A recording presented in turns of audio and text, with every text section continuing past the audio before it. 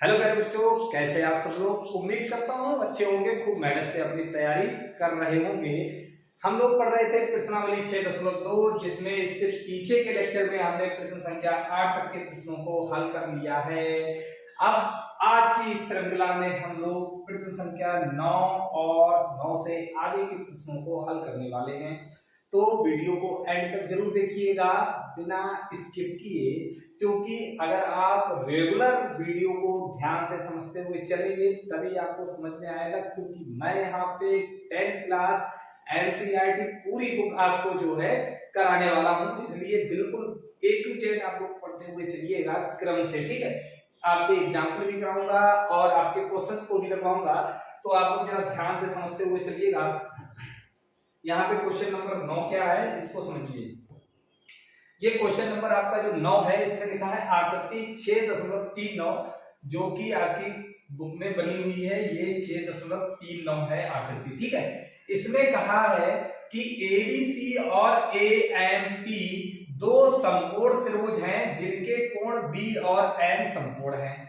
ABC कौन सा है? ये है एबीसी, ठीक है। ये है एबीसी, तो एबीसी का कोण बी, और ये है एएमपी, यानी कि ये है एएमपी जिसका कोण एम क्या है? समकोण है, ठीक है। तो हमें सिद्ध करना है कि एबीसी त्रिभुज समरूप है एएमपी के। त्रिभुज एबीसी समरूप है एएमपी के, फिर उनकी जो भुजाओं का अनुपात सी ए का अनुपात पी ए के साथ बराबर बी सी का अनुपात एम पी के साथ हमें करना है सिद्ध, ठीक है। तो देखते हैं, बिल्कुल नॉर्मल सा प्रश्न है। अगर इस प्रश्न की बात करें तो यहाँ पे आप लोग समझिएगा इस प्रश्न को।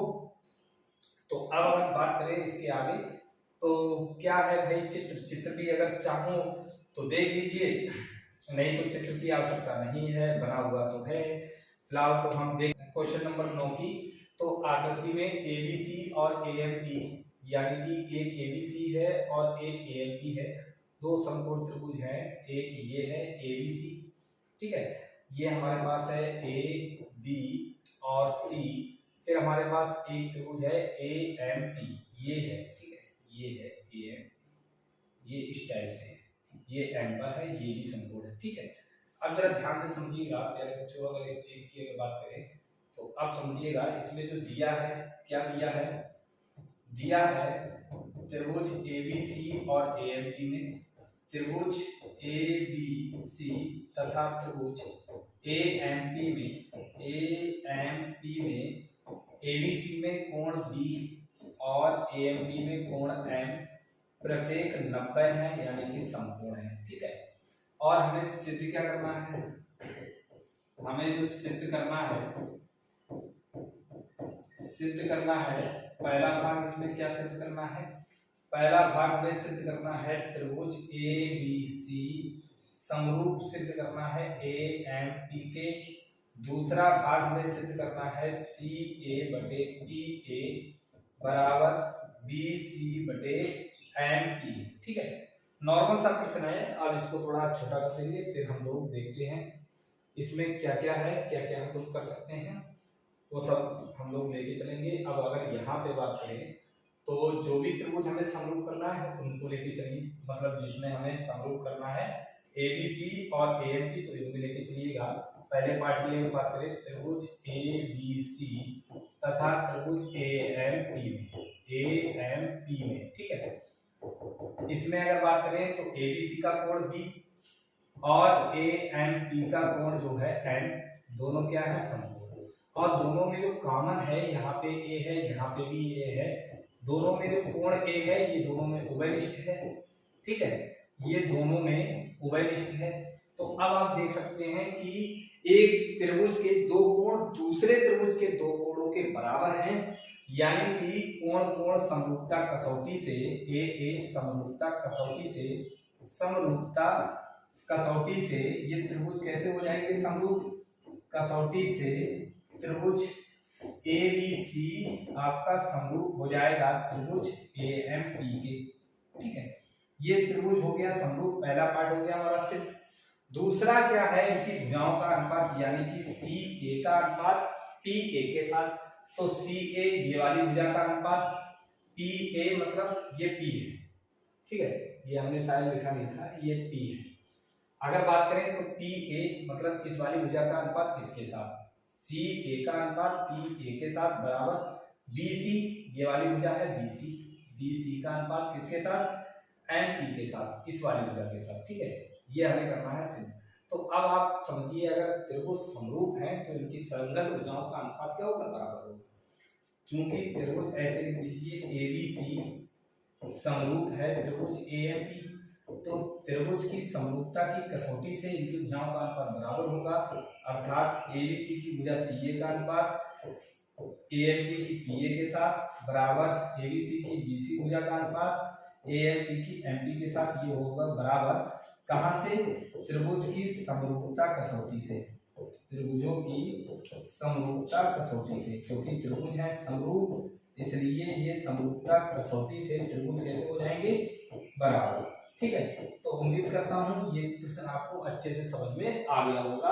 अब बढ़ेंगे इसके आगे, तो स्क्रीनशॉट आप लोग ले लीजिएगा। बेहद आसान प्रश्न है, अगर इन प्रश्नों की बात करें तो ये काफी आसान से प्रश्न है। इसके आगे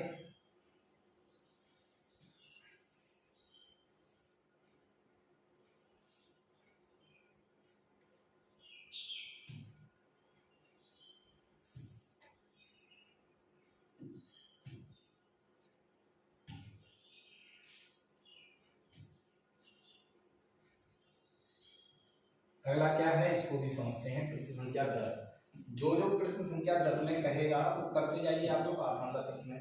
कह रहा है सी डी और जी एच क्रमशः ए सी बी और ई जी एफ के ऐसे समद्विभाजक हैं कि बिंदु डी और एच क्रमशः त्रिभुज ए बी सी और त्रिभुज एफ ई जी की भुजाओं ए बी और एफ ई पर स्थित हैं, ठीक है।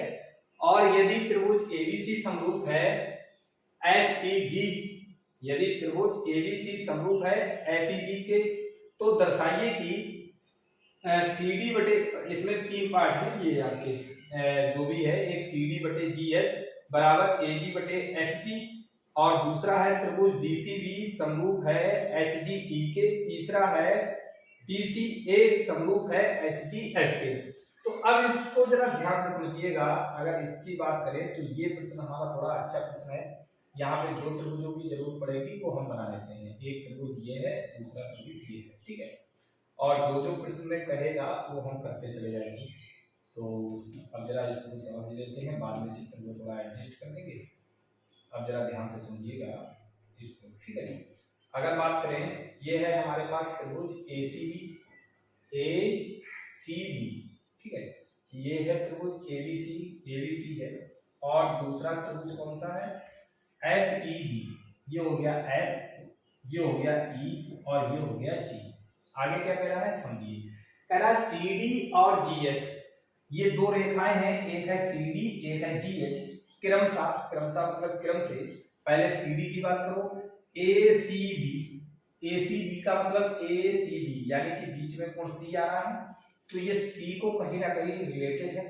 ई जी एफ, इसका मतलब जी से ये रिलेटेड है, जी एच भुजा। कह रहा है समद्विभाजक है। समद्विभाजक का मतलब होता है, सम मीन्स होता है समान, द्वि मीन्स होता है दो, भाजक मीन्स होता है बांटने वाली। यानी कि ये सी डी और जी एच क्रमशः इस प्रकार की जो रेखाएं हैं जो इन कोणों को समान भागों में बांटती हैं, समद्विभाजक है। तो बात करें अगर सी डी की, तो ये सी और डी जो है कोण सी को काटेगी, ठीक है। जी एच की बात करें तो जी एच कोण जी को दो समान भागों में बांटेगी, ठीक है। और ये कहाँ पे स्थित है, बिंदु डी और एच क्रमशः त्रिभुज एबीसी और इसकी भुजाओं एबी और एफई पर स्थित है, जो कि आपके सामने है। ये एबी पर है, डी बिंदु त्रिभुज एबीसी की भुजा एबी पर है, और एच जो है त्रिभुज एफईजी की भुजा एफई पर स्थित है, ठीक है। ये हमारे पास चित्र बन गया, और ये समद्विभाजक है सी डी सी का, तो ये तो आपका ये वाला भाग और ये वाला भाग आपस में बराबर होगा। इसी प्रकार ये वाला भाग और ये वाला भाग भी आपस में क्या होगा, बराबर होगा। आगे हमें क्या सिद्ध करना है वो आपके सामने है। जो मेन चीज है इसमें दिया है, क्या दिया है कि कुल मिलाके त्रिभुज समरूप हैं, बड़े वाले त्रिभुज ए बी सी आपका जो है वो समरूप है त्रिभुज बड़े वाले त्रिभुज समरूप हैं। फिर आगे की क्या कंडीशन है जो हमें सिद्ध करना है, सिद्ध क्या करना है ये चीज समझिएगा। हमें यहाँ पे सिद्ध करना है कि पहला पार्ट हमें यहाँ पे सिद्ध करना है CD बटे GH बराबर AC बटे FG। दूसरा पार्ट हमारे पास क्या है, ये है त्रिभुज DCB समरूप करना है त्रिभुज HGE के। तीसरा पार्ट हमारे पास है त्रिभुज DCA जो है वो समरूप करना है त्रिभुज HGF के। ठीक है, नॉर्मल है प्यारे बच्चों, इसमें कुछ नहीं है इसमें। तो अगर बात करें, अब थोड़ा इसको छोटा कर देंगे और इसको साइड में लिख देंगे। ठीक है, अब देखते हैं हम लोग इसको किस प्रकार से हल करेंगे। अब ये है, अब देखिएगा समझिएगा। ठीक है, अब इसको हम लोग किस प्रकार से हल करते हैं वो आप लोग समझिएगा। अगर बात करें इसके हल की तो हल जरा ध्यान से समझिएगा अच्छी तरह से। अब त्रिभुज दे रखा है, ये बड़ा वाला त्रिभुज छोटे वाले त्रिभुज के समरूप है, यानी कि त्रिभुज ABC समरूप है त्रिभुज FEG के। ठीक है, अगर ये समरूप है तो यहां से एक बात हम लोग स्पष्ट कह सकते हैं कि इस त्रिभुज ABC का प्रत्येक कोण इस त्रिभुज FEG के प्रत्येक कोण के बराबर होगा। भाई सीधी सी बात है, यानी कि इसका कोण A और इसका कोण F आपस में बराबर होगा, इसका कोण B इसका कोण E आपस में बराबर होगा, इसका कोण C इसका कोण G आपस में बराबर होगा। ये समीकरण हमने एक डाल दिया। साथ ही इनकी सभी संगत भुजाओं का अनुपात भी बराबर होगा, यानी कि AB का अनुपात FE के साथ होगा, AC का अनुपात FG के साथ होगा, BC का अनुपात EG के साथ होगा अगर समरूप है तो।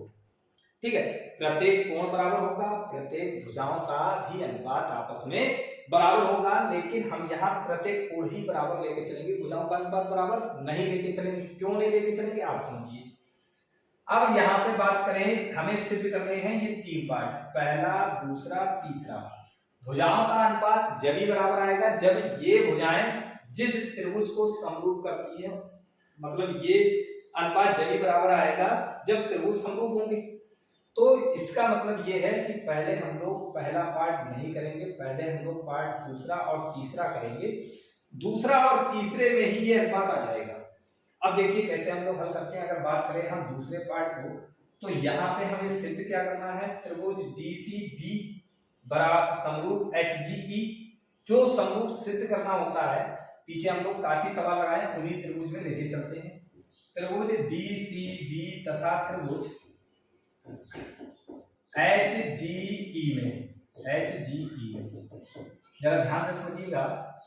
त्रिभुज DCB तथा त्रिभुज HGB में अब इसमें क्या होगा, अगर यहां पे बात करें इस त्रिभुज की, अगर बात करें DCB HGE कहां पे है भाई, DCB कहां पे, ये आप लोग अगर देखें तो इसको मैं थोड़ा और कलर से चेंज कर देता हूं। ये हमारे पास है त्रिभुज, ये हमें चेंज करना था इसको इससे, और इसको रहने दीजिए उसी में। ठीक है, बात करें ये वाला, ये हमारे पास जो त्रिभुज है, इस त्रिभुज को हमें समरूप करना है। इस त्रिभुज को जरा ध्यान से समझिएगा, इस त्रिभुज को समरूप करना है इस त्रिभुज से। तो समरूप के लिए कम से कम दो कोण समान हो। ठीक है, कम से कम दो कोण बराबर हो या तो तीनों हो।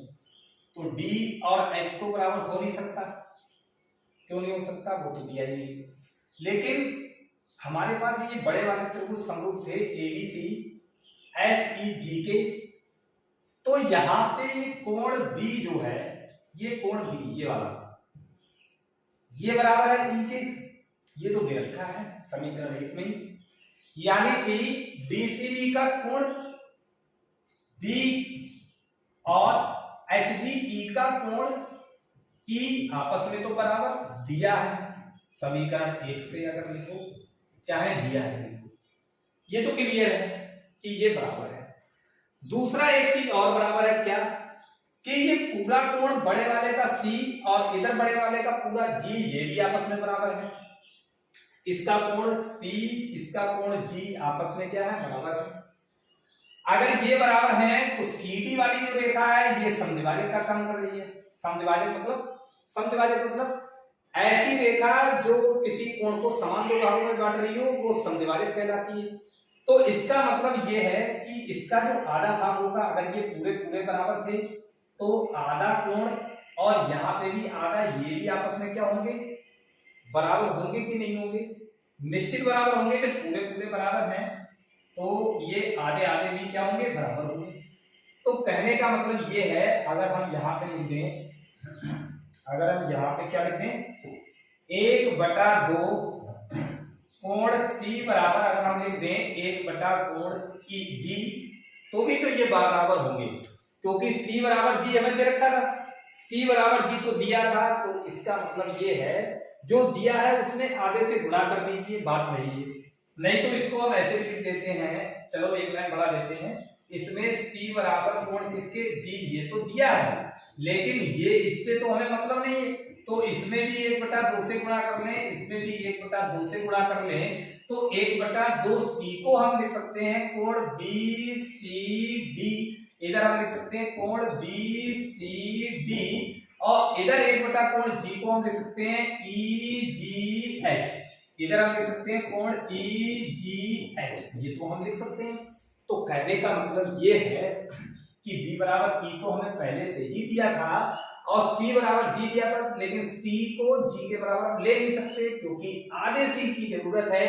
तो हमने 1/2 से गुणा की, 1/2 से बराबर के दूसरी तरफ गुणा की, 1/2 C का मतलब ये आधा आ गया, आधे का मतलब BCD से लिखेंगे, 1/2 G को हम लिखेंगे EGH, ये आ गया। तो अब आप देखिए कि किसी त्रिभुज के अगर दो कोण बराबर हैं, यहाँ पे दो कोण बराबर आ गए, तो कोण समरूपता कसौटी से, कोण समरूपता कसौटी से त्रिभुज हमारे हो जाएंगे समरूप, यानी कि त्रिभुज DCB समरूप हो गया त्रिभुज HGE के, ये हो गया त्रिभुज हमारा समरूप। ठीक है, क्लियर। ये सवाल नंबर 2 कंप्लीट होता है, मतलब जो हमारा सेकंड पार्ट है ये हमने कर दिया सिर्फ नॉर्मल सा था। अब बात करें इसके तीसरे पार्ट की, हम तो पहला आगे नहीं करेंगे, पहले हम करेंगे दूसरा और तीसरा। जो त्रिभुज समरूप करना है उसको लेके चलिए। कौन सा त्रिभुज समरूप करना है, त्रिभुज DCA तथा त्रिभुज HGF में, इन त्रिभुजों को हम लोग लेके चलते हैं, नॉर्मल सा है।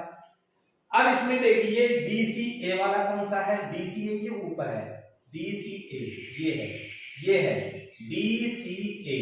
दूसरा HGF ये ऊपर वाला पोर्शन है। तो अगर इसमें बात करें तो ये बड़ा वाला त्रिभुज समरूपता समीकरण 1 से A बराबर किसके था, F के। तो यहाँ पे कोण A बराबर कोण है F, ये समीकरण 1 से ये बात कंफर्म है, समीकरण 1 से ये बात हमें दी जाती थी, ठीक है, ये बराबर है। दूसरी चीज क्या है, ये भी तो बराबर दे रखा था कोण C बराबर कोण G के। अगर कोण C और G बराबर है तो इसका आधा भी तो क्या होगा, बराबर होगा, ये भी हमें दिया था समीकरण 1 से। तो कोण 1/2 कोण C 1/2 कोण G, ये भी आपस में क्या होगा, बराबर। तो इस हिसाब से 1/2 कोण G 1/2 कोण C को हम क्या लिख सकते हैं, 1/2 कोण C को हम लिख सकते हैं ACD, कोण ACD बराबर 1/2 कोण G को हम लिख सकते हैं FGH, इसको हम लिख सकते हैं कोण FGH।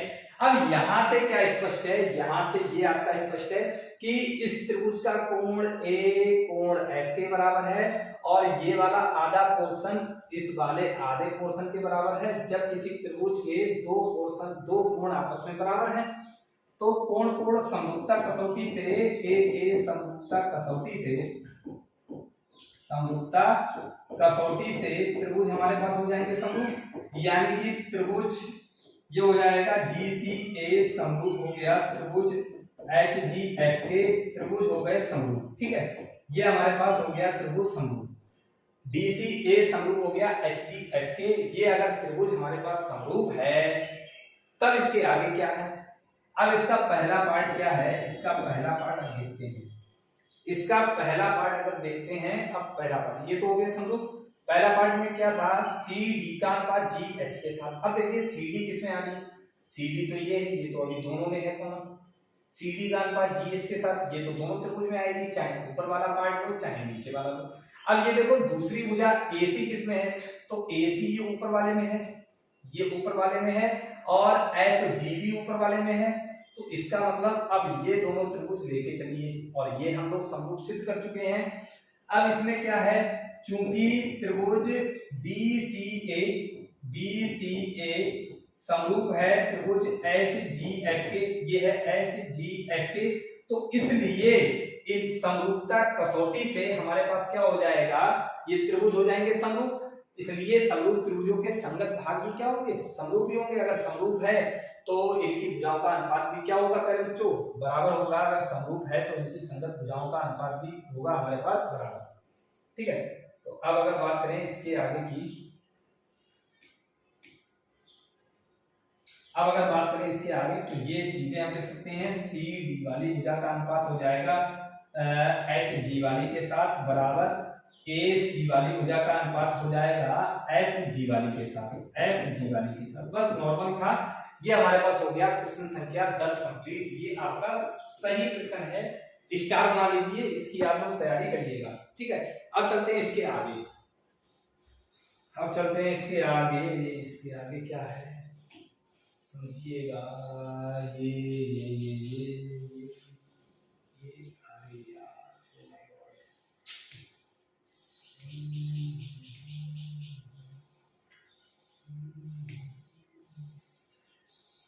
ये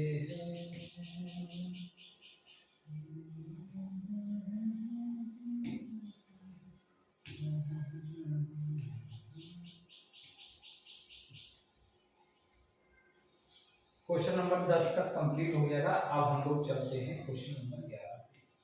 ठीक है, क्या है क्वेश्चन नंबर 11, देखिए समझिए। क्वेश्चन नंबर 11, अब इसमें क्या लिखा है, आकृति 6.40, ये है आकृति 6.40। थोड़ा और बड़ा कर देते हैं क्योंकि काफी बच्चों को समझने में आएगी, दिक्कत ना हो किसी को, हम आए हैं इसीलिए। अगर बात करें आकृति 6.40 ये बनी हुई है। आकृति 6.40 में AB बराबर AC, ये AB है, ये बराबर है AC। जरा ध्यान से समझिए, अगर किसी त्रिभुज, ये त्रिभुज ABC में दो भुजाएं बराबर हो गई, AB बराबर AC वाले एक समद्विबाहु त्रिभुज ABC की बढ़ाई गई भुजा CB पर स्थित E एक बिंदु है। ये CB है, इसको ABC एक समद्विबाहु त्रिभुज है जिसकी भुजा CB जो बढ़ाई गई है आगे, इस पर एक बिंदु क्या है, E है। और यदि AD लंब है BC पर, अगर AD BC पर लंब है तो 90 तो बनेगा ही, और EF जो है ये वाली भुजा ये लंब है AC पर, तो ये भी लंब बनेगा। सिद्ध करना है त्रिभुज ABD, कौन सा त्रिभुज, ये वाला। ये देखिए, ये AB और ये D, ये वाला समरूप है त्रिभुज ECF के। कौन सा वाले, ECF कहां पे भाई, ये ECF, ये यानी कि ये वाला और ये वाला हमें समरूप करना है, एक ये और एक ये। ठीक है, ABD और EFC ये दोनों समरूप करने हैं। देखते हैं, आकृति बनी हुई है। अगर बात करें तो अब समझिएगा, आप लोग समझिएगा ध्यान से इस चीज को, आप समझ लीजिए क्या है, समझते हैं चीजों को आसानी से।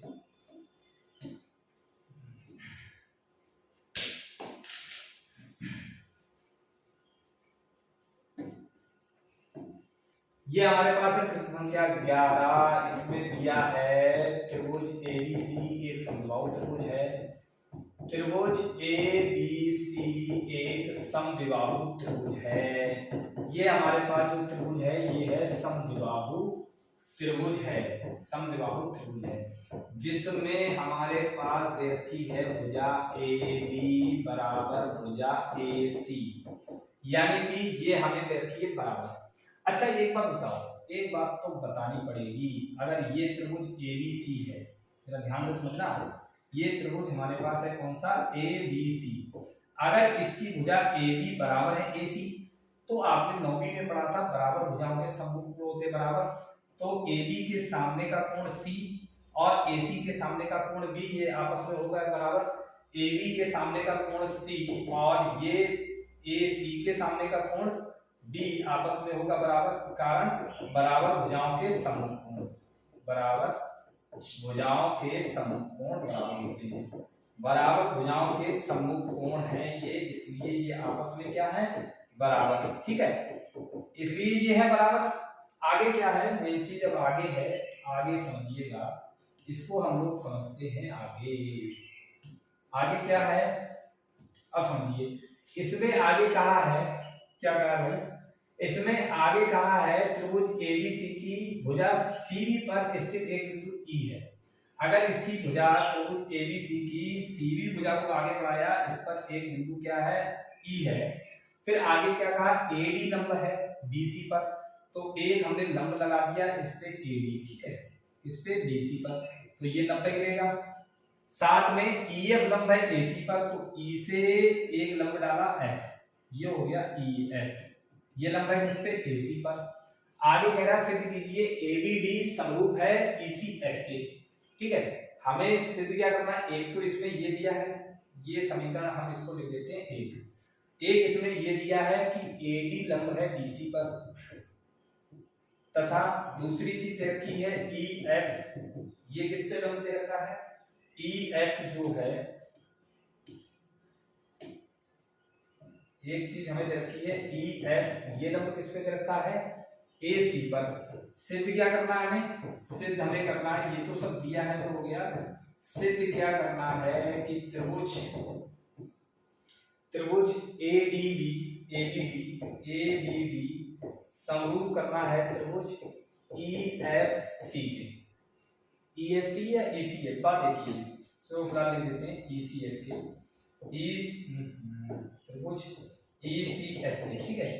अब जो भी हमें समरूप करना होता है उसी में लेके चलते हैं, बात करें हमें समरूप जो करना है तो उसी में हम लोग लेके चलेंगे।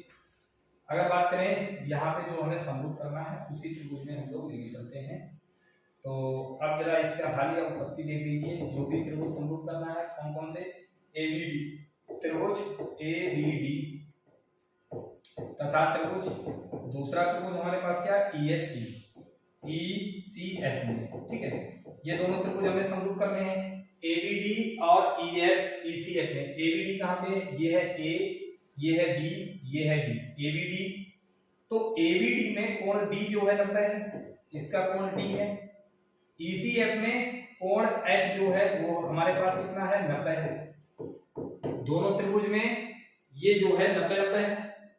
दूसरी चीज क्या है, दूसरी चीज ये है कि एबीडी का कोण बी और ईसीएफ का कोण सी, ये आपस में बराबर हैं, इसका बी इसका सी बराबर है, कहां से, समीकरण 1 से, समीकरण 1 से ये चीज हमने पहले ही बराबर कर दी है। अब कोण कोण समरूपता कसौटी से, कोण कोण समरूपता कसौटी से, समरूपता कसौटी से त्रिभुज कैसे हो जाएंगे, समरूप, यानी कि त्रिभुज एबीडी जो है वो समरूप हो जाएगा त्रिभुज ईसीएफ के, यही हमें करना था। इस प्रकार ये क्वेश्चन नंबर हमारा जो है 11 कंप्लीट होता है, ठीक है, नॉर्मल सा प्रश्न था। अगर बात करें क्वेश्चन नंबर 11 की, ये बिल्कुल आसान सा प्रश्न है क्वेश्चन नंबर 11। अब चलते हैं इसके आगे के प्रश्न की ओर, इसके आगे देखते हैं क्या है हमारे पास प्रश्न, समझते हैं इसके आगे, इसके आगे क्या है हमारा प्रश्न। प्रश्न संख्या 12 हमारे पास क्या है, इसमें समझिए, कह रहा है एक त्रिभुज एबीसी की रचना, एक सॉरी क्या लिखा है, क्या पढ़ा है, इसमें लिखा है एक त्रिभुज एबीसी की भुजाएं एबी बीसी तथा माध्यिका एडी एक अन्य त्रिभुज पीक्यूआर की भुजाओं पीक्यू और क्यूआर तथा माध्यिका पीएम के समानुपाती हैं, दर्शाइए कि त्रिभुज एबीसी समरूप है त्रिभुज पीक्यूआर। एबीसी समरूप है त्रिभुज पीक्यूआर। अच्छा प्रश्न है। अगर इस प्रश्न की बात करें तो एक त्रिभुज यानी कि दो त्रिभुज यहाँ पे है। पहली बात तो ये है कि यहाँ पे त्रिभुजों की संख्या है 2। अब हमें त्रिभुज बनाने हैं। कैसे हम लोग बनाएंगे? अगर बात करें तो दो त्रिभुज हैं, एक है ये, दूसरा है ये। ठीक है, दो त्रिभुज है हमारे पास। एक को हमने नाम दे दिया एबीसी और दूसरे त्रिभुज का नाम हमने दे दिया पीक्यूआर। ठीक है, ये है पीक्यूआर। आगे क्या कहा है? त्रिभुज एबीसी की भुजा एबी बीसी, ये भुजा एबी और इसकी भुजा बीसी तथा माध्यिका एडी। माध्यिका एडी, माध्यिका क्या होती है? माध्यिका क्या होती है? पहले माध्यिका की परिभाषा समझ लीजिए कि त्रिभुज के किसी एक शीर्ष से उसके सामने वाली भुजा के मध्य बिंदु को मिलाने वाली रेखा माध्यिका कहलाती है। अगर एडी माध्यिका है तो इसका मतलब शीर्ष ए है, ए से बीसी का मध्य बिंदु डी, इसी को मिलाने वाली रेखा माध्यिका है। यानी कि इस त्रिभुज की भुजा एबी, बीसी, माध्यिका एडी, तीन चीजें हो गई। अन्य त्रिभुज पीक्यूआर की क्रमशः भुजाओं पीक्यू, क्रमशः भुजाओं पीक्यू, ये पीक्यू, क्यूआर तथा माध्यिका पीएम के समानुपाती है। माध्यिका क्या है? पीएम। इसका मतलब बिंदु P से QR के मध्य बिंदु को मिलाने वाली रेखा, ये इसकी माध्यिका है। ये पीएम के क्या है? समानुपाती है। फिर से समझिए, यानी कि इस त्रिभुज एबीसी की भुजा एबी, बीसी, माध्यिका एडी। अन्य त्रिभुज पीक्यूआर की भुजा पीक्यू, क्यूआर, माध्यिका क्यूएम को पीएम के समानुपाती है। यानी कि जो हमें दे रखा है, दिया गया पार्ट है, प्रश्न संख्या हमारे पास 12, इसमें जो दिया है, क्या दिया है कि त्रिभुज एबीसी तथा त्रिभुज पीक्यूआर की माध्यिकाएं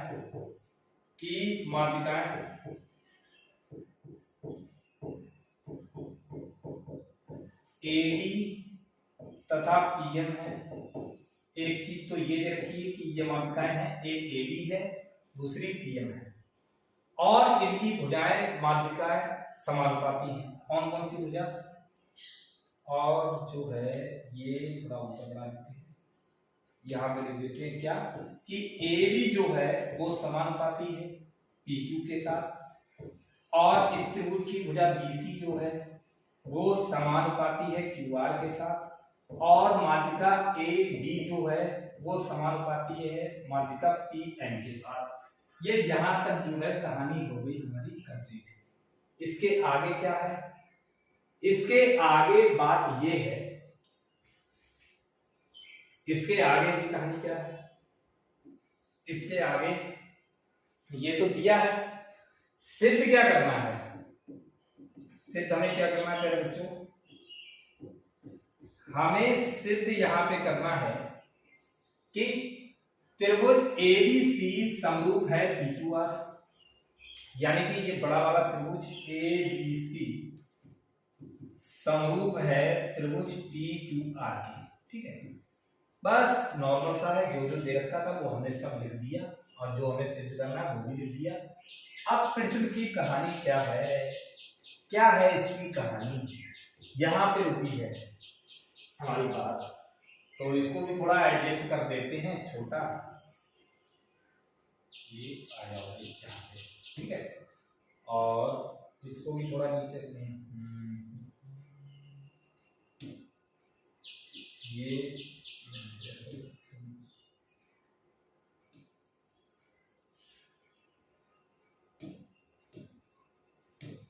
अब बात करें जो हमें दिया था, क्या दिया था? त्रिभुज एबीसी पीक्यूआर की भुजाएं एबी पीक्यू के साथ, बीसी क्यूआर के साथ, माध्यिका एडी पीएम के साथ समानुपाती है। सिद्ध करना है त्रिभुज एबीसी पीक्यूआर क्या है? समरूप। अब बात करें दो त्रिभुज समरूप कब हो सकते हैं? या तो तीनों कोण पहले त्रिभुज के दूसरे के तीनों कोण के बराबर हो, या कोई दो कोण दूसरे कोण के बराबर हो, या पहले की तीनों भुजाओं का अनुपात दूसरे की तीनों भुजाओं के साथ, या एक कोण उसके अंतर्गत करने वाली भुजाओं का अनुपात क्या हो? समान बराबर हो, तब भी त्रिभुज क्या होते हैं? समरूप। तो पहले त्रिभुज के तीनों कोण तो यहाँ पे बराबर दिए नहीं है। दिया क्या था कि अनुपात दे रखा था AB का PQ के साथ, ये वाली भुजा का इस वाली के साथ, ये BC का QR के साथ। अगर किसी प्रकार AC का PR के साथ दिया होता तब भी त्रिभुज समरूप हो जाते। तो दूसरा वाला भी तो नियम लगने वाला नहीं है। क्या है, अगर किसी प्रकार AB का अनुपात तो हमें इसके साथ दिया है PQ के साथ, फिर इसके बाद BC का अनुपात हमें दिया है QR के साथ, तो इन दोनों भुजाओं के बीच में ये जो कोण है कौन सा B, अगर हम किसी प्रकार से Q के बराबर कर देते हैं तो भुजा कोण भुजा यानी कि SAS समरूपता कसौटी से त्रिभुज हो जाएगा, समरूप हो जाएगा। तो अब हमारा टारगेट है ये वाला कोण और ये वाला कोण बराबर करना, बस इस पे कहानी टिकी हुई है, अदरवाइज हमारा प्रश्न हो जाएगा सिद्ध। बात करते हैं इसकी उपपत्ति या इसके प्रमाण की। तो अब आप लोग समझिए इसमें क्या दे रखा था कि माध्यिका है कौन सी, AD और PM। क्योंकि AD तथा PM क्रमशः त्रिभुज ABC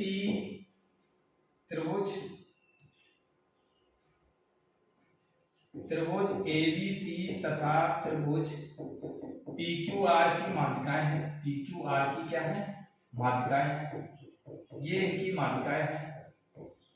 तब क्या होगा मेरे बच्चों, अगर ये माध्यिकाएं हैं तो यहां से एक चीज तो ये है, अगर ये माध्यिकाएं हैं तो हमारे पास क्या होगा, तो हमारे पास क्या होगा, ये जो BD वाला पार्ट है ये BC का आता होगा। क्यों, माध्यिका जो होती है वो सामने वाली भुजा के मध्य बिंदु को मिलाने वाली रेखा, तो D BC का मध्य बिंदु है। अगर D BC का मध्य बिंदु है तो BD वाला जो पार्ट होगा वो क्या होगा, BC बटे में 2 होगा। इसी प्रकार से QM वाला जो भाग होगा वो क्या होगा, QR के बटे में 2 होगा, मतलब QR का आता। ये हो गया समीकरण नंबर, इसको हम डाल देते हैं 1।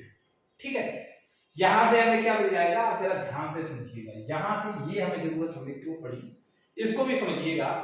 हम क्या करेंगे, ये वाला त्रिभुज ABD PQM के समरूप करने जा रहे हैं। कैसे, अब आप देखिए जो आपको अनुपात दिया था वो लेके चलिए।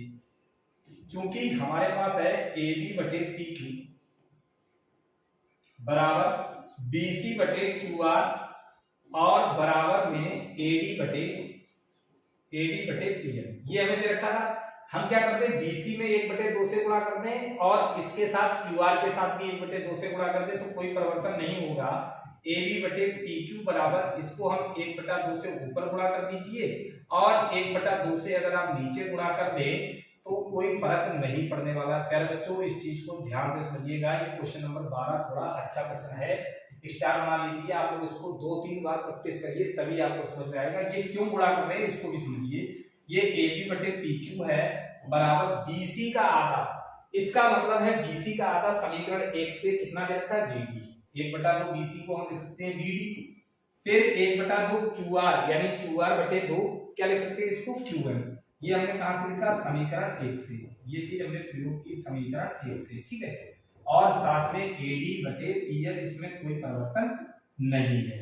अब आप जरा ध्यान से समझिए, AD बटे PQ, ये वाली भुजा देखिए AD बटे PQ, इसका इसके साथ अनुपात, BD का QM के साथ ये इतना, BD का अनुपात QM के साथ इतना, और क्या दे रखा है, AD का अनुपात PM के साथ, यानी कि इस वाले छोटे त्रिभुज की सभी भुजाओं का अनुपात इस वाले छोटे त्रिभुज की सभी भुजाओं के साथ है, यानी कि S समरूपता कसौटी से यानी कि S समरूपता कसौटी से त्रिभुज कैसे हो गए, समरूप। त्रिभुज ABD हमारा समरूप हो गया त्रिभुज PQM के। ये अगर त्रिभुज समरूप है तो अगर त्रिभुज समरूप है तो प्रत्येक कोण भी बराबर होगा। इस हिसाब से इस त्रिभुज का कोण B इस त्रिभुज के कोण Q के बराबर होगा, कोण B बराबर हो गया कोण Q। इसको हम डाल लेते हैं समीकरण नंबर 2। यहां तक क्लियर है या नहीं?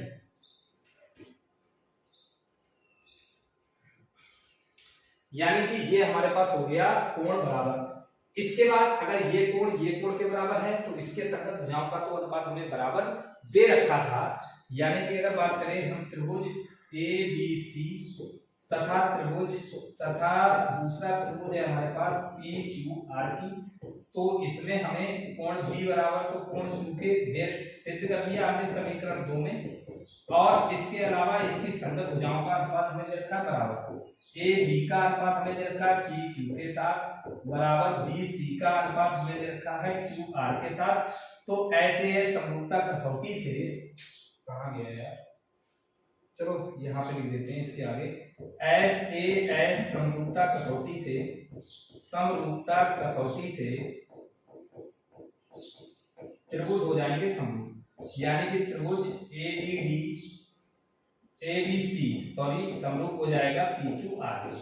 तो ये नॉर्मल सा प्रश्न है। अगर बात करें इस प्रश्न की, प्रश्न तो नॉर्मल सा है लेकिन समझना पड़ेगा, बिना समझे कुछ नहीं समझ में आएगा। एक बार इस प्रश्न की प्यारे बच्चों आप लोग प्रैक्टिस जरूर करिएगा, क्योंकि प्रैक्टिस अगर आप नहीं करेंगे तो ये प्रश्न आपके होने वाला नहीं है।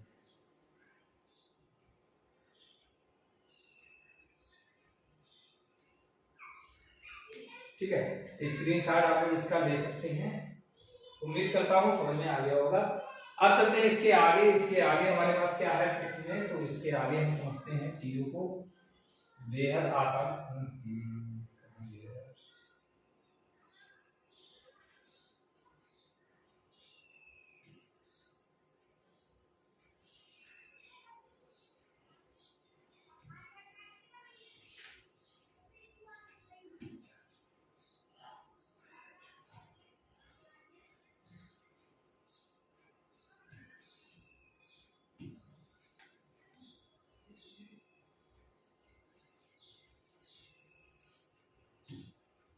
अब बात करें क्वेश्चन नंबर 13 की। इसमें क्या कह रहा है, इसको समझिए। एक त्रिभुज ABC की भुजा BC पर एक बिंदु D इस प्रकार स्थित है कि कोण ADC जो है वो बराबर है कोण BAC। दर्शाइए कि CA स्क्वायर बराबर CB गुणा CD। CA स्क्वायर बराबर CB गुणा CD।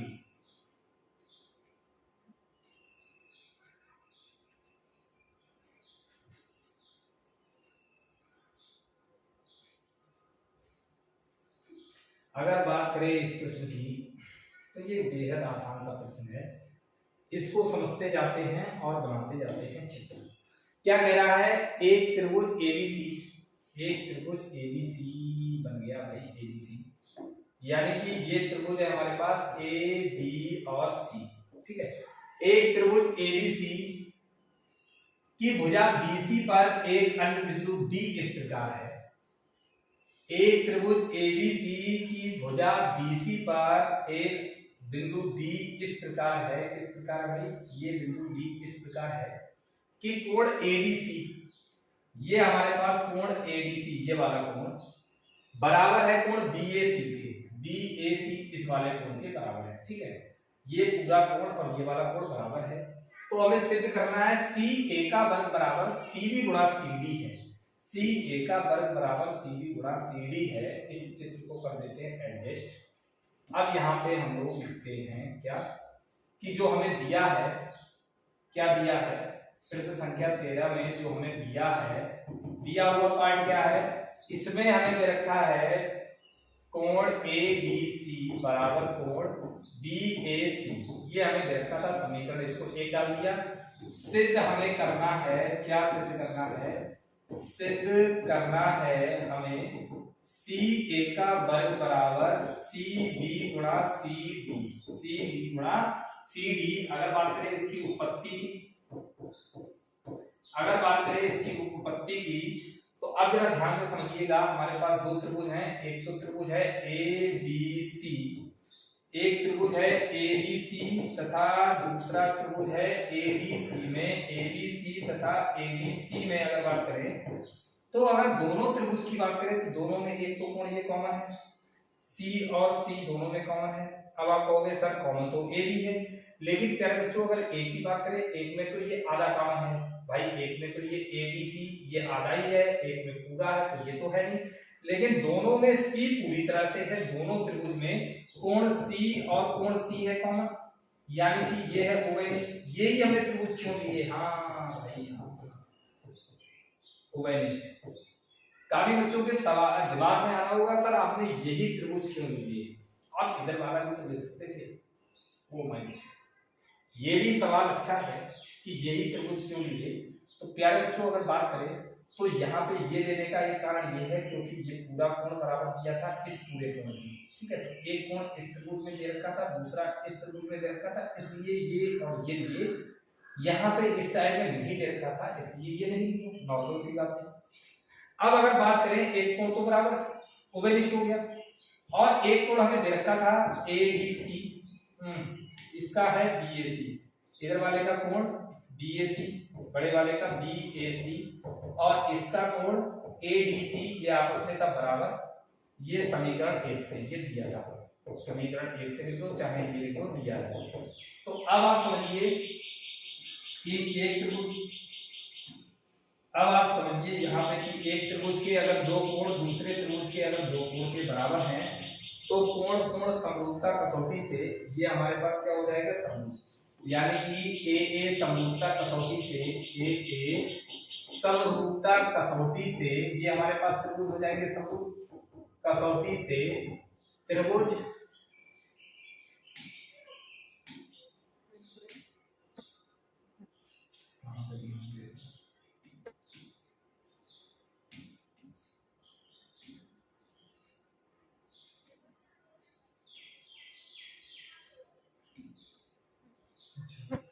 कोण कोण समरूपता कसौटी से त्रिभुज ए बी सी बड़ा वाला समरूप हो जाएगा त्रिभुज ए डी सी के, ये त्रिभुज हो जाएंगे समरूप।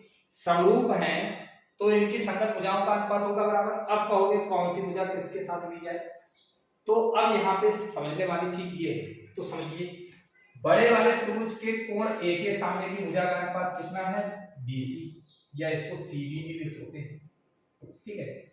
ये दिया था ए किसके बराबर, बी के, तो छोटे वाले के इस कोण के सामने की भुजा कौन सी है, सी ए। जरा ध्यान से समझना, फिर से समझ लीजिए जो मैं बताना चाह रहा हूँ। एक त्रिभुज में 3 कोण होते हैं, 3 में से 2 की भुजाओं का अनुपात आप ले लीजिए, ये आ जाएगा। इसी कॉन्सेप्ट से आप याद रखिए, नहीं तो काफी बच्चों को ये चीज नहीं बना मिलेगी, ये भी मैं बता दे रहा हूँ क्या, कि हमें बड़े वाले त्रिभुज एबीसी का कोण ए बराबर दिया था किसके, छोटे वाले के डी के, तो इस वाले के सामने की भुजा बीसी का अनुपात या सीबी का अनुपात हम जिसे कह सकते हैं, इस वाले के सामने कौन सी है, सीए या एसी भी लिख सकते हैं बराबर। दोनों में जो कॉमन कोण है उसको छोड़ दीजिए, तीसरे कोण के सामने की भुजा है, तो बड़े वाले के बी के सामने की कौन सी भुजा है, सीए का अनुपात छोटे वाले के ये वाला कोण, इसके सामने की भुजा कौन सी, सीडी या डीसी, इसके साथ, तो गुणा कर दीजिए इसकी इधर, तो ये आ जाएगा सीबी गुणा सीडी बराबर सी ए की, सी ए से करोगे सी ए का स्क्वायर, यही हमें सिद्ध करना था। इसको हम ऐसे लिख सकते हैं सी ए का स्क्वायर बराबर सी बी गुणा सी बी। नॉर्मल सा प्रश्न था, ज्यादा विशेष कोई कठिनाई नहीं थी इस प्रश्न में। अगर किसी बच्चे का कोई डाउट है तो आप लोग कमेंट करके बताइएगा, ठीक है। एक बार फिर से आप लोग वीडियो को देखिएगा पीछे रिवाइंड करके, कैसे मैंने इसको सिद्ध किया वो आप लोग समझ जाएंगे अगर वीडियो को समझेंगे बारीकी से। और कठिन कुछ भी नहीं है अगर समझा जाए तो। प्यारे बच्चों, मैंने आपका लेक्चर काफी आसान तरीके से समझाने का प्रयास किया लेक्चर में, ताकि प्रत्येक बच्चे को समझ में आए आसानी से, ठीक है। मैंने ये सोचा है हर समय कि हर बच्चे को समझ में आना चाहिए, तो चीजें बड़ा धीरे धीरे मैंने यहाँ पे रिकॉर्ड की है। अगर किसी बच्चे का कोई भी लाइन में अगर कोई डाउट आता है तब भी आप कमेंट करके बताइएगा। हो सकता है बाई चांस मैं गलत लिख देता हूँ, क्योंकि रिकॉर्डिंग करते समय कोई नहीं होता है जो गलती बता पाए, तो अपनी गलती जल्दी नजर नहीं आ पाती है उस समय। तो अगर किसी बच्चे का कोई डाउट रहे या कोई गलत मैं बता दूं तो आप लोग कमेंट में जरूर बताइएगा, जिससे मुझे अपनी गलती पता लग पाए कि मैंने यहाँ पे गलती की है, ठीक है। तो उम्मीद करता हूँ आज के इस लेक्चर में आपको समझ में आया होगा। अगर चैनल पे नए हैं तो प्यारे बच्चों इसको सब्सक्राइब कर लीजिएगा, क्योंकि आपके प्यार की भी हमें बहुत जरूरत है। और मैं इसी प्रकार से आपको एनसीईआरटी का टोटल सिलेबस यहाँ पे कराता रहूँगा, तो मिलते हैं अगली कक्षा में, तब तक के लिए जय हिंद। खूब पढ़िए और खूब आगे बढ़ते जाइए। God bless you.